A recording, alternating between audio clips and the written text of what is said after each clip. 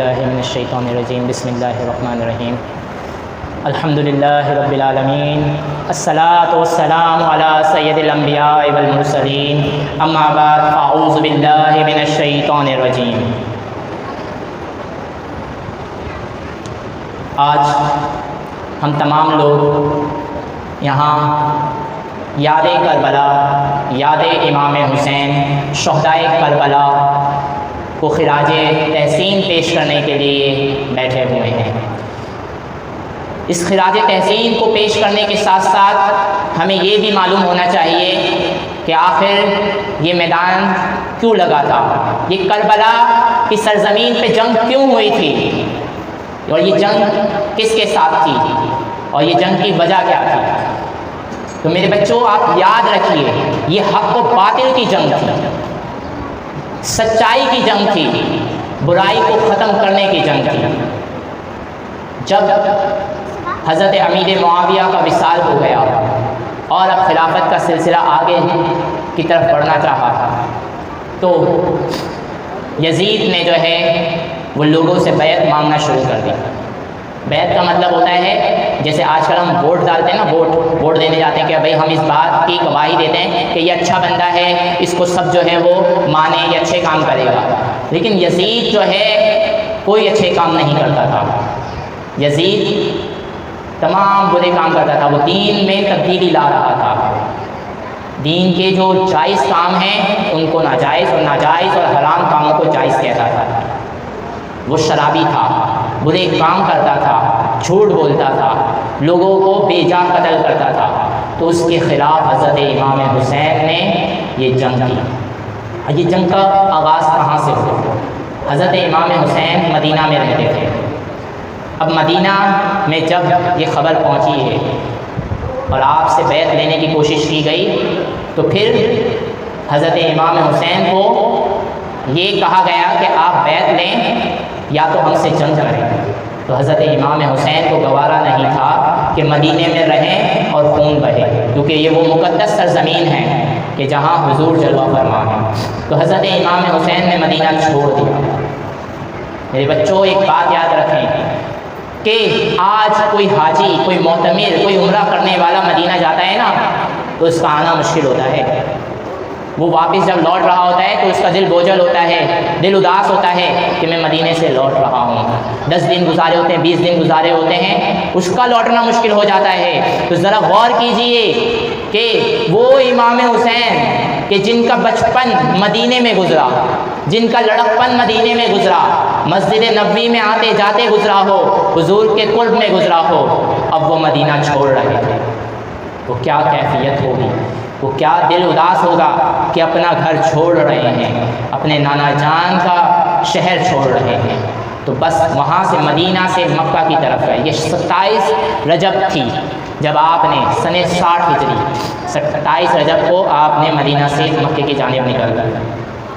آپ جب مکہ پہنچے تو اب حج کے موسم یعنی حج کے قافلے آنا شروع ہو گئے تھے، حج کا دور شروع ہو گیا تھا۔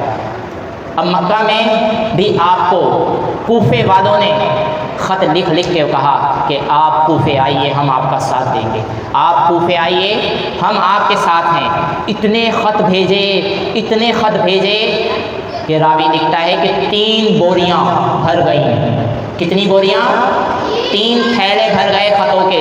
تو اب جب کوئی اتنا خط لکھ کر بھیجے، پیغام آئے، جیسے آج کل ہوتا ہے نا SMS آتا ہے کہ بھائی آپ نے اس محفل میں آنا ہی ہے، وہ بار بار میسج کرے بار بار کہ آؤ۔ اب اتنے میسج آ جاتے ہیں، ہم بولتے چلو اب تو ہمیں جانا پڑے گا، بلا رہے ہیں اتنی دل سے۔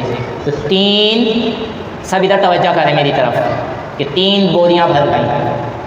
اب کیا ہوا کہ ارادہ تو کر لیا تھا کہ چلتے ہیں، چلو حج کے بعد چلیں گے، لیکن پتہ چلا کہ حج کے دوران ہی یہاں جنگ کریں گے، یہ قتل و غارت کریں گے۔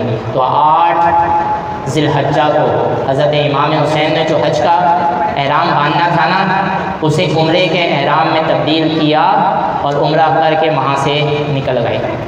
کہاں کی طرف؟ کوفہ، کہ کوفے کی طرف نکل گئے، شام میں شہر ہے نا کوفہ، تو اس طرف نکل گئے۔ اب راستے میں کئی مناظر آئیں، کئی لوگوں نے کہا کہ امام علی مقام آپ نہ جائیں، کوفی لا یوفی، کوفے والے وفا نہیں کرتے۔ آپ وہاں نہ جائیں، جنگ کے لیے وہ جا رہے ہیں۔ اب سوچیں امام حسین تو جنگ کے لیے نہیں جا رہے تھے، جنگ کے لیے کوئی جاتا ہے تو اپنے گھر والوں کو لے کے جاتا ہے، اپنے بوڑھوں کو، بچوں کو، عورتوں کو لے کے جاتا ہے کوئی؟ مثال کے طور پہ ابھی آپ کو سمجھانے کے لیے بتا رہا ہوں، ابھی جو ہے نا ادھر 2-3 بچے جو ہے نا باہر کھڈا ہوا ہو کسی کا، صحیح ہے، تو وہ کیا کرے گا؟ وہ دوسرے سے لڑنے کے لیے جب جائے گا تو کیا گھر سے امی کو، بہنوں کو، بچوں کو، بوڑھوں کو، سب کو لے کے جائے گا کہ میں نے لڑنا ہے اس سے؟ نہیں، بلکہ وہ تو جوان لوگوں کو لے کے جائے گا نا کہ بھاری لوگ ہوں، سامنے کا مقابلہ کر سکیں۔ تو یہ تو جنگ کرنے گئے ہی نہیں تھے، یہ صرف حق اور سچ بات کہنے گئے تھے کہ میں حق پہ ہوں اور سچ پہ ہوں، میں بیعت نہیں کروں گا یزید کی۔ اب مکہ سے کربلا کی جانب کا سفر شروع ہو گیا تھا۔ آہستہ آہستہ جب پہلی محرم آئی تو آپ کربلا کے میدان میں پہنچے، پوچھا کہ یہ کون سا علاقہ ہے؟ تو بتانے والے نے بتایا کہ یہ کربلا ہے۔ بس حضرت امام حسین نے وہیں کہا کہ یہیں اب ہمارے خیمے لگیں گے، ہم یہیں پڑاؤ ڈالیں گے، اب ہم یہیں رکیں گے۔ حضرت امام حسین وہاں رک گئے۔ یزیدی لشکر، اب سوچیں یہاں صرف 72 اونلی the 72% are coming، صرف 72 لوگ آئے تھے اور سامنے یزیدی لشکر میں 22,000 لوگ تھے۔ کتنے؟ 22,000 person are coming for the battle، کہ 22,000 لوگ آئے جنگ کرنے کے لیے۔ اب وہ جنگ کے لیے روکتے ہیں، کہتے ہیں کہ یا تو بیعت کرو یا جنگ کرو۔ امام حسین کرتے ہیں ہم جنگ نہیں کرنے آئے تھے، ہم نے جنگ نہیں کرنی، ہم تو حق اور سچ بات کرتے ہیں۔ اب ان سے منائے نہیں، ان سے بات نہیں بنی۔ انہوں نے کہا ان سے اپنی بات منوانی، ان کا پانی بند کر دو۔ 7 محرم الحرام کو کربلا والوں کے اوپر پانی بند کر دیا گیا۔ امام علی مقام امام حسین رضی اللہ تعالیٰ عنہ اور ان کے گھرانے کے اوپر نہر فرات کا پانی روک دیا گیا۔ کہا کہ چرند پئیں، پرند پئیں، حشرات پئیں، جانور پئیں، بس پئیں نہ تو حسین کے گھر والے نہ پئیں۔ وہاں فوجیں کھڑی کر دی گئیں کہ کوئی پانی نہ لینے جائے۔ اس طرح 7 محرم کو پانی روک دیا گیا۔ پھر بھی استقامت کے پیکر تھے نا، بہت ہمت، صبر، حوصلہ تھا۔ اسی طرح دن گزرتے گئے، 3 دن گزر گئے، 9 محرم آ گئی۔ 9 محرم کو یزیدی لشکر کہتا ہے کہ بھائی چلو ہماری بات مان رہے تو مان لو ورنہ جنگ لڑو، اب ہم نہیں رکنے والے تمہارے لیے۔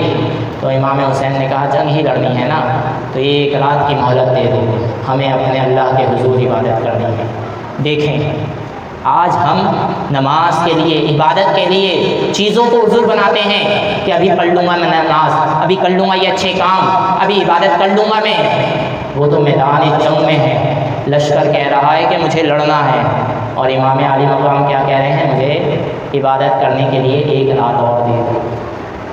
1 رات عبادت۔ 9 محرم کی رات کو حضرت امام علی مقام نے خوب عبادت کری، خوب سجدے کیے، اور رات کو ہی سب کو بٹھا کے بولا بھی کہ اگر جس نے جانا ہے چلے جائے، میں کسی سے خفا نہیں ہوں گا۔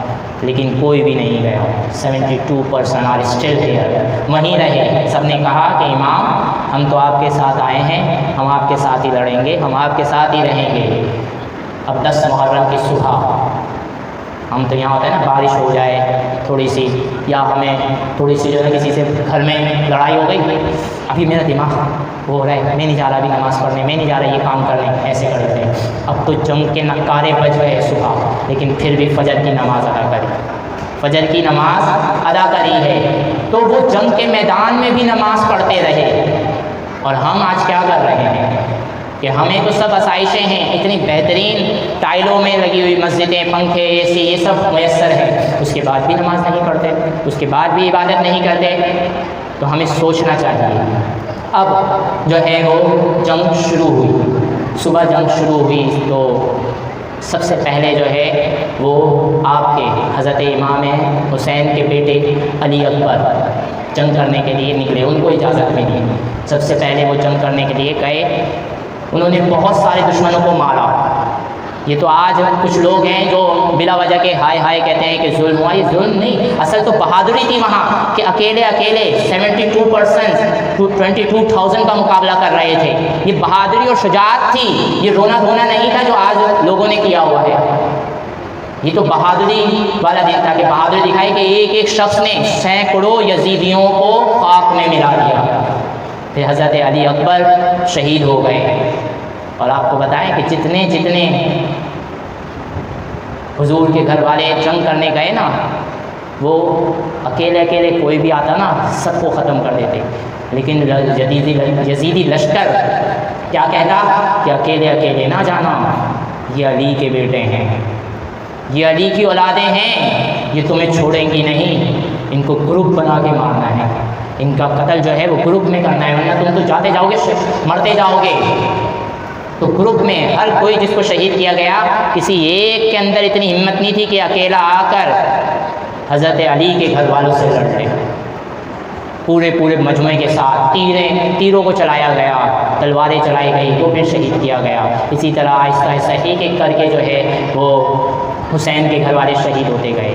اور آخر میں حضرت امام حسین، جب عصر کا وقت ہو گیا، حضرت امام حسین 72 لاشیں جو ہے وہ اٹھا چکے تھے. اب آخری وہی بچے تھے. اور مردوں میں ایک اور تھے حضرت امام زین العابدین، جو بہت بیمار تھے. وہ اتنے بیمار تھے کہ جنگ بھی نہیں کر سکتے تھے. اب دیکھیں حضرت حسین نے ان کو کیا تلقین کی تھی کہ بیٹا صبر کرنا. گھر والوں کو، خواتین کو کیا تلقین کی کہ صبر کرنا ہے، رونا نہیں ہے، چیخ و پکار نہیں کرنی، آہ و بکا نہیں کرنی. اور یہ آج ہم دیکھتے ہیں کہ بہت سارے لوگ ایسے کام کر رہے ہیں کہ رو رہے ہیں، چیخ و پکار کر رہے ہیں. صحیح ہے، تو ایسے عمل تو حسین نے منع کیا، حضرت امام حسین نے منع کیے. اپنے گھر والوں کو کہہ رہے ہیں کہ جن کا گھر لٹ گیا، جن کے سامنے ان کے بچے کاٹ دیے گئے، پھر بھی حضرت حسین نے کہا کہ ان کو آہ و بکا نہیں کرنا. تو حضرت امام حسین جب گھوڑے پہ سوار ہو کے اب میدان عمل میں نکلے، تو آپ نے یزیدی لشکر کے سامنے کھڑے ہو کے کہا کہ تم جانتے ہو میں کون ہوں؟ میں نبی کا نواسا ہوں، علی کا بیٹا ہوں، حسن کا بھائی ہوں. سب مانتے تھے کہ آپ ہیں، سب کچھ ہیں، لیکن وہ کہتے تھے ہم پھر بھی آپ سے جنگ لڑیں گے. تو پھر یہ جنگ شروع ہوئی. حضرت امام نے بھی جو ہے وہ بہت سارے یزیدیوں کو جہنم واصل کیا، ان کو قتل کیا. پھر جب ان سے بھی سنبھلے نا تو پھر وہ بھی گروپ بنا کے آئے. ایک ساتھ تیر برسائے گئے، تلواروں والے، نیزوں والے. راوی لکھتا ہے کہ جب آپ کے کرتے کو اتارا گیا تھا نا شہادت کے بعد، تو 100 سے زائد تیروں کے نشان تھے، 40 سے زیادہ تلواروں کے نشان تھے، اور کئی اور زخم تھے. سوچیں کہ کتنے بہادری سے لڑے کہ اتنے زخم کھا کے بھی جو لشکر کے صفوں کی صفیں کاٹ کے رکھ دی، یزیدی لشکر کے لوگوں کو جہنم واصل کیا. پھر جب آپ بہت زیادہ زخموں سے چور ہو گئے، اب ہمت جواب دے گئی تھی، اب اور نہیں لڑ سکتے تھے. تو دیکھیں اس وقت بھی حضرت امام حسین کا عمل کیا ہے. یاد رکھیں، ابھی ہم نے اس سے پہلے بھی بتایا کہ جنگ کے میدان میں بھی ان کا عمل کیا رہا، کہ جنگ کا کہہ رہے ہیں پھر بھی وہ کیا کر رہے تھے؟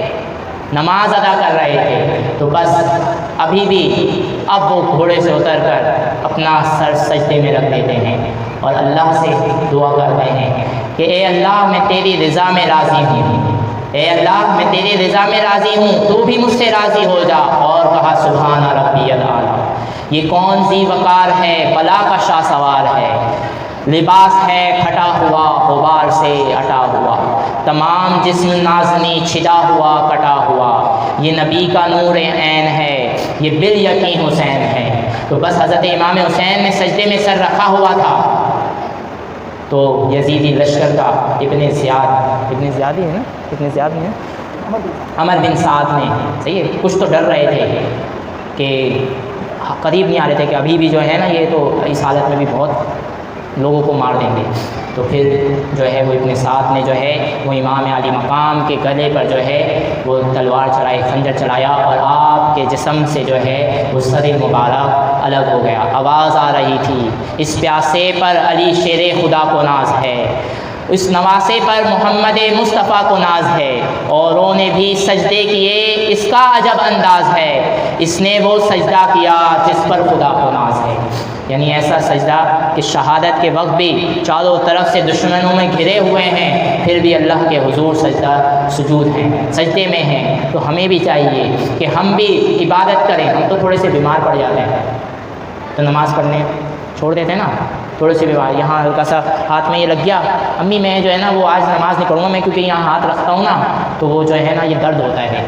سوچیں، ابھی ہم نے بتایا نا کہ 100 سے زائد تیر، کئی نیزے اور تلواروں کے زخم تھے، کتنے زخم لگے ہوئے تھے۔ ہم چھوٹے سے زخم کی وجہ سے نماز پڑھنا چھوڑ دیتے ہیں، عبادت کرنا چھوڑ دیتے ہیں، اور ان کو تو اتنے زخم لگے، اس کے باوجود سجدے میں سر رکھ دیا اللہ کا شکر ادا کرنے کے لیے کہ اے رب تم مجھ سے راضی ہو جا، کہ اے اللہ تم مجھ سے راضی ہو جا۔